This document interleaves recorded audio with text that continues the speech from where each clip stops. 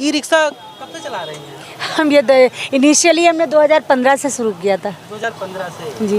वैसे तो बहुत कम जो है महिलाएं इस फील्ड में आती हैं, चाहे वो ड्राइविंग की बात हो, चाहे रिक्शा हो या किसी भी। अब तो पिंक बसेस चलने लगी हैं।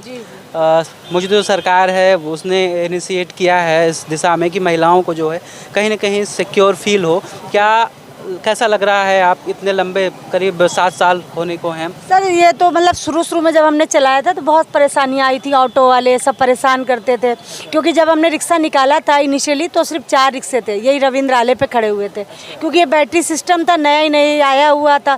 तो उसमें मैं अकेली महिला थी जिसने मतलब ये पहल की, क्योंकि मेरे हस्बैंड एक्सपायर हो गए थे और मेरे बच्चे छोटे छोटे थे, और बाकी तो मैं पोस्ट ग्रेजुएट हूँ। मगर ये था ना कि अब बच्चों को घर को दोनों चीज़ को मैं देखूँ, तो ऐसा प्लेटफॉर्म मुझे नहीं मिल रहा था।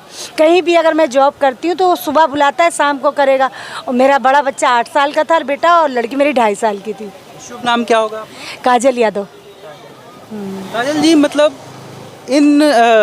जैसा कि जो समय चल रहा है, चाहे जो इन्वायरमेंट है, ख़ास तौर पर लखनऊ में जिस तरह की घटनाएं महिलाओं के साथ हो रही हैं, महिलाओं की जो भी सुरक्षा की दृष्टि से सरकार जो भी कदम उठा रही है, क्या पर्याप्त क्यों नहीं है? क्या वजह मानती हैं आप? अब सर जहाँ तक मोदी की सरकार है तो हमें तो उनकी सरकार से कोई शिकायत नहीं है, क्योंकि हम यहाँ पर 11 बजे तक मतलब अच्छे से काम कर लेते हैं और पुलिस भी हमारी हेल्प करती है। अब ये क्या कोई कारण होगा भाई? ऐसे तो देखा जब पुलिस हर जगह भगवान तो नहीं है ना, तो कहीं ना कहीं महिला में कुछ ढीलाई होगी। देखिए रेप के कई कारण होते हैं। यहाँ चारबाग के हम लोग एरिया में रहते हैं, यहाँ पर ये चीज़ 9 बजे के बाद में यहाँ ये कंडीशन देखी जाती कि महिलाएं इस चीज़ पे खुद उतरी हैं। तो ये चीज़ें हम लोगों ने, मेट्रो वालों ने भी कंप्लेन की थी ऊपर कि ये सब मेट्रो के नीचे होता है, तो हमारी जो कहीं ना कहीं जो देह व्यापार का के संलिप्त हैं उन महिलाओं की बात आप जी। तो अब पता चला तुम करने चली कुछ और, अब तुम्हारे साथ लेने के देने पड़ गए। अब तुमने मीडिया को कुछ और बयान दिया, उसकी असलियत क्या थी ये आप नहीं बताएंगे उसको, समझ रहे हैं? क्योंकि मैं ये चीज़ें यहाँ देखती हूँ और ये चीज़ें हमें देखते हुए 8 साल हो गई। शुरू में मैं भी 7 बजे के बाद घर भाग जाया करती थी, पर जब मतलब ये तो हुआ ना कि अगर हम 7 बजे के घर भाग जाएंगे तो हमारा काम नहीं हो पाएगा। तो फिर हम धीरे धीरे, फिर अब जानते हैं जब 4 दीवारी में रहने वाली औरत जो सिर्फ पकाती है और अपने बच्चे और पति का ही मुंह देखती है, अब उसके बाद जब रोड का आपको सामना करना पड़ता है और आम पब्लिक से बात करनी पड़ती है, तो पब्लिक डीलिंग है, हर तरीके की सवारी मिलती है। तो जब ये डीलिंग शुरू हुई ना तो बहुत कुछ इसी रोड से हमें सीखने को मिला, और कहीं ना कहीं एक अपने हमें सेल्फ कॉन्फिडेंस आया कि नहीं, हमें पीछे नहीं हटना है, हमें यहीं पे काम करना है। तो अब उसके बाद में आज 2 साल से स्टेशन के अंदर आ गए, तो ये चीज़ें आप बाहर क्यों यहाँ भी देखने को मिलती हैं, यहाँ भी देखने को मिलती हैं। तो हम ये नहीं कहेंगे, फिलहाल मोदी की सरकार ठीक है। बहुत शुरुआत में आपको किस तरह की समस्या, क्योंकि जब आपने शुरू किया होगा बहुत से लोग कह रहे होंगे कि ये तो काम आपको नहीं करना चाहिए, तो पुरुषों का कमेंट्स करते थे ना कि जाओ घर में कपड़े धो और जाओ घर में खाना बनाना है, ये मर्दों का काम है। और जैसे मैं रिक्शा लेकर नक्खास चली गई तो वहाँ की जो मुस्लिम वो थी कौम, उसने ये बात कही कि अगर औरतें रोड पे आ गई तो हमारी औरतें हमारी इज्जत नहीं करेंगी। तो इस तरीके का मसला उठा है। तो हमने कैसरबाग में तो पुलिस प्रोटेक्शन ली थी जाके, जब हमें ऑटो वाले और टेम्पो वाले परेशान करते थे। कहीं खड़ा करो तो कहते ये मेरा स्टैंड है, फिर उधर जाऊँ तो कहते वो मेरा स्टैंड है, क्योंकि वो एक नई महिला आई थी इस काम में, तो लोग इसका एक खिलवाड़ बना, मतलब बहुत। तो कभी कदार मैं तो एक बार चिलबिला के मैं बहुत इरिटेट होके थाने चली गई। मैंने कहा सर आप मेरा स्टैंड दिखाइए, जब ये रिक्शा निकला है तो इसका आपको स्टैंड भी बनानी चाहिए, और नहीं तो आप महिला को प्रोटेक्शन दीजिए। जब आपने कहा है, जब मैंने आरटीओ गए थे इसका मैं लाइसेंस बनवाने, तो उसने भी हमें देखा और बोला आप रिक्शा चलाएंगी, हमने कहा। तो एक बार पहली बार ये हुआ कि एक महिला ने रिक्शा चालक का बनवाया अपना लाइसेंस। तो इस तरीके की जब वहाँ पे लाइसेंस हमको कर दिया गया तो रोड पे अब समाज में भी हमें इज्जत मिली, क्योंकि फिर या तो मैं पीछे हट जाऊँगी या तो फिर हमारे अलावा अन्यथा कोई दूसरी महिला ये हिम्मत का काम नहीं करेगी। तब फिर पुलिस ने अपना सख्ती का कदम उठाया और उसने लेके पीछे बैठे और कांस्टेबल बैठे और बोले चलिए अब आप गाड़ी हर तरफ घुमाइए और आपको मैं किराया भी दूंगा। और वो जो होता है पुलिस वालों का जिसमें बहुत ज़ोर से आवाज़ आती है, हाँ, वो लेके चारों तरफ बताए, बोले आप यहाँ से वहाँ चलाएंगी, वहाँ से वहाँ चलाएंगी, यहाँ से निशातगंज भरेंगी, यहाँ से हजरतगंज भरेंगी, यहाँ से आलमबाग भरेंगी, और आपसे कहीं कोई टोकन नहीं लिया जाएगा। और इसके बाद अन्यथा कोई और भी महिला आती है तो महिलाओं के ऊपर कोई भी टोकन इशू नहीं है। तो आज ये फिर हम चलाते ही रहे। अब तो मेरा लड़का दिल्ली में है, बीटेक कर रहा है। आपको जो भी सवारियां आती हैं, चाहे महिला हो पुरुष हो, उनके द्वारा किस तरह की प्रतिक्रिया मिलती है, किस तरह का लोग तो appreciation? हीन दृष्टि से देखती हैं। अगर उनके हस्बैंड आगे बैठ जाते हैं तो बड़ी हीन दृष्टि से देखती हैं, अरे तुम पीछे आओ। तो हम कहते हैं भैया अगर नियत साफ रखिएगा तो आप अपनी भी माँ बहनों के साथ बैठते हो, तो औरत और आदमी में कोई फ़र्क नहीं होता है, बस बशर्ते आपका ईमान साफ होना चाहिए। तो इस तरीके से कहीं ना कहीं महिला भी लज्जित होती है कि नहीं, मेरा कहने का ये मतलब नहीं था। हमने कहा नहीं मैम, रिक्शा ज़रूर चला रहे हैं, मगर हम लोग उस जगह से नहीं आए, न जाने कौन किस मजबूरी में चला रहा है। तो सब एक जैसी महिलाएं नहीं होती, तो थोड़ा सा विश्वास रख के, इसी दुनिया में विश्वास रखना पड़ता है, वरना जब आप विश्वास ही नहीं रखोगे तो दुनिया तो फिर चल चुकी ना। और यही विश्वास लेके मैं सवारी बैठाती हूँ कि हमें अपनी बहन और अपनी माँ को देखेंगे। तो जब आप ही ऐसी नज़र रखोगे तो आपके हस्बैंड का नज़रिया होने में तो टाइम ही नहीं लगेगा, या फिर आपको ही मालूम है कि आपके हस्बैंड किस। इसके अलावा जो पुरुष आपके ऑटो चालक हैं या ई रिक्शा चालक हैं, उनके द्वारा कैसे सहयोग मिलता है या उनके द्वारा किस तरह की प्रतिक्रिया मिलती है? सर यहाँ पे जैसे हमें मतलब 60% ड्राइवर तो बहुत बदतमीज़ हैं, बहुत ही बदतमीज़ हैं, क्योंकि वो उसी कैटेगरी से आए हुए हैं। पर यहाँ के जो 40% जो ड्राइवर मिले हैं, उन्होंने हमें गाड़ी चलाना सिखाया। उन्होंने बताया कि जितनी छोटी सवारी उठाओगी, तोड़ के सवारी उठाओगी, उससे ज़्यादा पैसा आएगा, और कहाँ का कितना किराया है। उन्होंने हमको काफ़ी गाइड किया, और आज भी वो मिलते हैं तो मतलब या हम उनसे सलाम कर लेते हैं, या मतलब हिंदू मुस्लिम जैसे भी हो हम उनसे नमस्ते करते हैं। तो आज भी वो रिस्पेक्टफुली है हमारे आगे। बहुत कुछ आपने सीखा, इतना आसान नहीं था आपके लिए, मतलब आसान नहीं था। लड़के को उस मंजिल में दिल्ली में बीटेक कराना इतना आसान नहीं था, मगर उतना ही, क्योंकि रिक्शे कम हुआ करते थे उस टाइम। तब हम जैसे 6 घंटे भी हमने रिक्शा चलाया तो हम 1000-1200 कर लेते थे। क्योंकि अब कितने बच्चे हैं वैसे आपके? एक बेटी एक बेटा है, 2 बच्चे हैं। दोनों को आप पढ़ा रहे हैं? हाँ, दोनों को पढ़ा रहे हैं। दोनों मतलब बीटेक कर चुके हैं? बीटेक नहीं, हमारी लड़की अभी भी राजेंद्र में CMS में पढ़ रही है, हाई स्कूल है, और लड़का हमारा इंटर करके गया है। अच्छा, बीटेक अभी शुरुआत ही नहीं, हाँ, दूसरा साल है। और बाकी जो महिलाएं हैं जो कहीं ना कहीं रोना रोती हैं अपनी परिस्थितियों का, उनके लिए क्या करें? क्योंकि आप पढ़ी लिखी भी हैं और कहीं ना कहीं पोस्ट ग्रेजुएशन करने के बाद भी आपने यह काम चुना, तो बाकी महिलाओं के लिए आप क्या कहना चाहिए? कोई काम छोटा बड़ा नहीं होता जैसा कहा जाता है, आप क्या कहना चाहेंगे? यहाँ की कुछ महिलाएं थी जो मतलब ये देह धंधा का काम कर रही थी, तो उनको हम सफ़र NGO वालों ने मतलब उन्होंने रिक्शा सिखाया। उसके लिए हमारी पेपरों में काफ़ी तस्वीरें उस वक्त छपी थी, क्योंकि नई एक मतलब महिला आई हुई थी। हर जगह आदमी अपने मोबाइल में सेल्फी लेता था, मीडिया वाले भी यहाँ आ गए थे, उन्होंने भी पेपर में काफ़ी छापा। तो हम सफ़र NGO वालों ने फिर मतलब हमको कॉन्टेक्ट किया, तो बोले आप इन 6 महिलाओं को रिक्शा सिखाइए। हमने रिक्शा सिखाया, और डिम्पल यादव भी आई, अखिलेश यादव भी आए, उन्होंने उनको रिक्शा भी दिया। मगर जिसकी जो आदत है सर, वो बदली नहीं।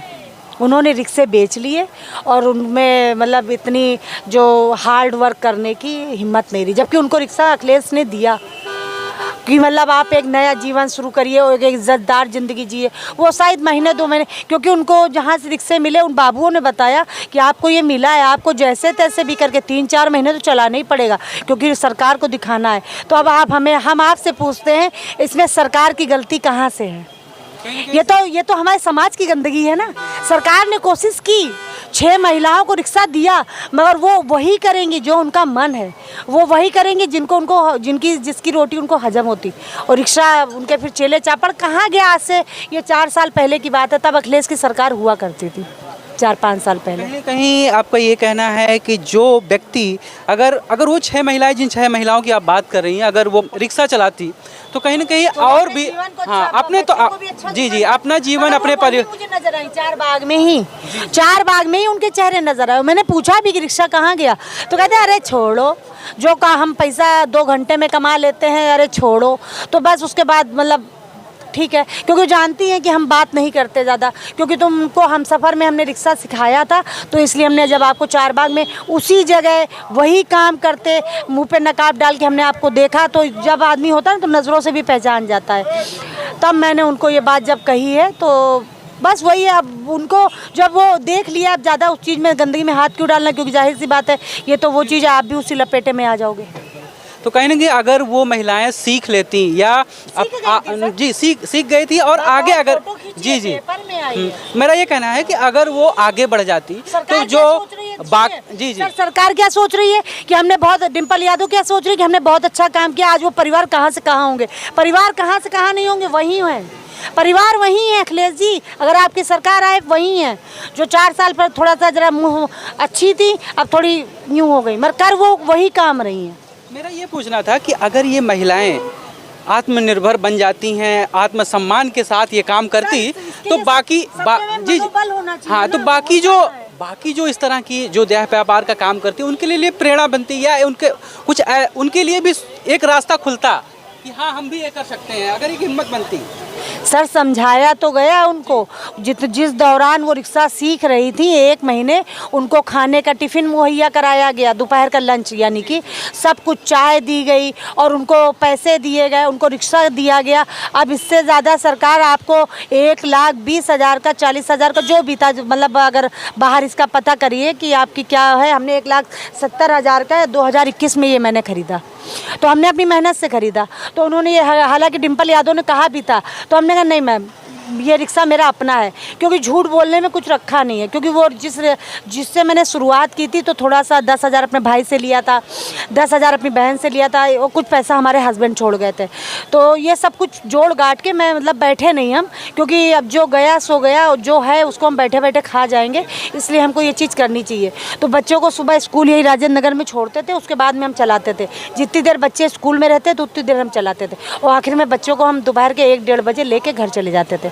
फिर बच्चे शाम को ट्यूशन करते थे और थोड़ा सा खेलते थे, तो 1-2 घंटे हम इधर चला लिया करते थे। तो इस तरीके से तो ये चीज़, ये अब उनका नज़रिया कैसे बदला जाए। अब ये तो मतलब वो कहते नहीं, जब कोई डूबना ही चाहता है तो सर डूबने वाले को कौन बचा सकता है। अब उनको लगता है कि हम जो कर रहे हैं हमारे नज़र में यही अच्छा है, तो भाई अच्छा है। सरकार ने तो कोशिश की ना, सरकार देखिए मुफ्त के स्कूल चला रही है, घर में वो क्या है मिड-डे योजना भी चला रही, खाना भी दे रही है, कापी किताबें भी दे रही है, यूनिफॉर्म भी दे रही है। तो अब आपको बच्चे को पढ़ाने की तो दिक्कत है ही नहीं, इंटरमीडिएट तक तो पढ़ाई फ्री है। तो हम सरकार को दोष कैसे दें। किस सब्जेक्ट से आपका पीजी हुआ था? सोशियोलॉजी। आज के, क्योंकि समाज शास्त्र आपने पढ़ा है, समाज के बारे में, मतलब समाज कितना बदला है, आपको क्या लगता है कि मतलब समाज एक अच्छी दिशा की ओर जा रहा है या किस तरह की गड़बड़ियां समाज में आई हैं, क्या लगता है आपको? क्योंकि आप पूरे लखनऊ में घूम रही हैं, लखनऊ में तो पूरे प्रदेश के लोग आते हैं, देश के भी लोग आते हैं, कैसे देखती हैं इसे? चलिए, तो ये तो आपने जैसे पूछा ये मुद्दा, तो ये मध्य वर्ग की महिलाएं हैं तो जो अपना कर रही हैं, इनका तो काम ही है। हम तो यहाँ उन लोगों को देखते हैं जो अच्छे घर की बेटियां हैं, अच्छे घर की जो बेटियां हैं वो भी ये जाती है। अब लोग इसको मोबाइल का दोष देते हैं कि फ़ोन ने सबको बिगाड़ा है। अब क्या कहा जाए, फ़ोन ने परवरिश की है कि माँ बाप ने परवरिश की है। क्योंकि हम लोग के रिक्शे पे लोग बैठती हैं ना लड़कियाँ, तो फलाना होटल ले चलो, धमाका होटल ले चलो, और रास्ते में जैसे पेप्सी लेना, और जो बातचीत होती है भाई कान तो बंद नहीं कर लेते हैं, सुनाई करते हैं। मगर एक बार गुस्सा आता है कि इनको ये कहा जाए कि तुम अगर ये बात आपके पेरेंट्स को पता चली तो क्या, तो इससे कोई हासिल नहीं होना है। क्योंकि समाज क्या है, किस स्तर पे जा रहा है, आज समाज नंगा हो चुका है और लोग कर रहे हैं। अब लोग कहते हैं कि सब मोबाइल का दोष है, मोबाइल का है। तो फ़ोन आया है तो कई प्रगतियाँ लेकर भी आया है, और अब जो कुछ अच्छी बातें भी लेकर आया है। जैसे अब हम लोग हैं इसमें नेट डालते हैं और ट्रेनों का पता कर लेते हैं। तो कुछ लोग हैं गूगल से है, जो बातें उनको नहीं आती हैं, जिसके लिए उनको डिक्शनरी खोलनी पड़ती थी, अब वो गूगल से वो उन स्पेलिंग का, हर चीज़ का, अब जो आपको गूगल पे खोलना होगा वही तो सर खोलेंगे आप। कहीं ना कहीं आप किसी भी चीज़ का अगर सही सदुपयोग करना चाहें तो आप कर सकते हैं, लेकिन आप दुरुपयोग करेंगे तो वो चीज़ें कहीं ना कहीं नुकसान। ये तो उन्नति के रास्ते पे गया ना कि हमारे देश में मोबाइल आया, या हमारे देश में मेट्रो आई, या जो ये तो तरक्की कर रहा है ना। और जब तरक्की के नाम पे बच्चा ही गलत कर रहा है तो उसके लिए कोई क्या किया जाए, ये चीज़ें। ये थी काजल यादव, जो कहीं ना कहीं पिछले 8 सालों से खुद जो है रिक्शा ड्राइव करती हैं और पूरे लखनऊ में लोगों को जो है घुमाती हैं, सवारी के साथ जो है आती जाती हैं। बहुत सी इनकी समस्याएं रहीं, ऐसा नहीं है कि इनकी राह आसान थी, लेकिन इन्होंने आगे बढ़कर इसे जो है हासिल किया और भी महिलाओं को भी आगे बढ़ाने का प्रयास किया, हालांकि वो उस दिशा में आगे नहीं बढ़ी। इसी तरह के और भी वीडियो देखने के लिए देखते रहिए तबीयत पानी।